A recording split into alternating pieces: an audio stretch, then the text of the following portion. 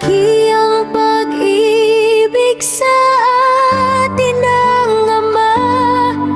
Tinatawag niya tayong mga anak ng Diyos.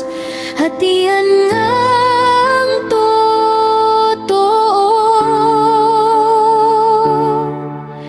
Ito ang dahilan kung bakit hindi tayo nakikilala ng mga makasanlibutan. Hindi nila kinikilala ang Diyos.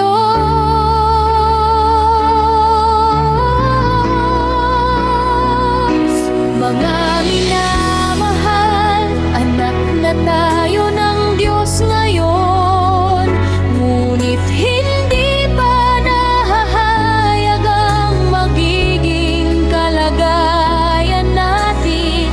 Ngunit alam natin sa pagparitong muli ni Kristo, tayo'y matutulad sa Kanya. Sapagkat makikita natin kung sino talaga siya.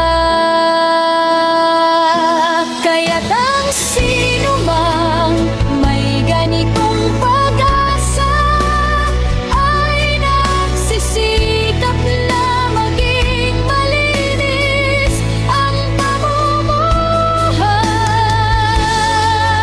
tulad ni Kristo.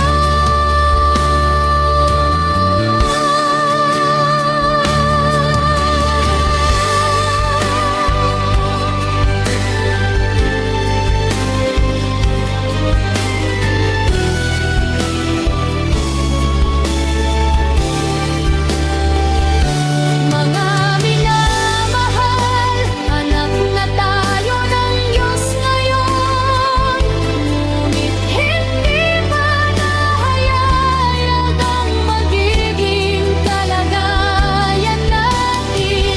Ngunit alam natin sa pagparitong muli ni Kristo, tayo'y matutulad sa Kanya. Sapagkat makikita natin kung sino talaga siya.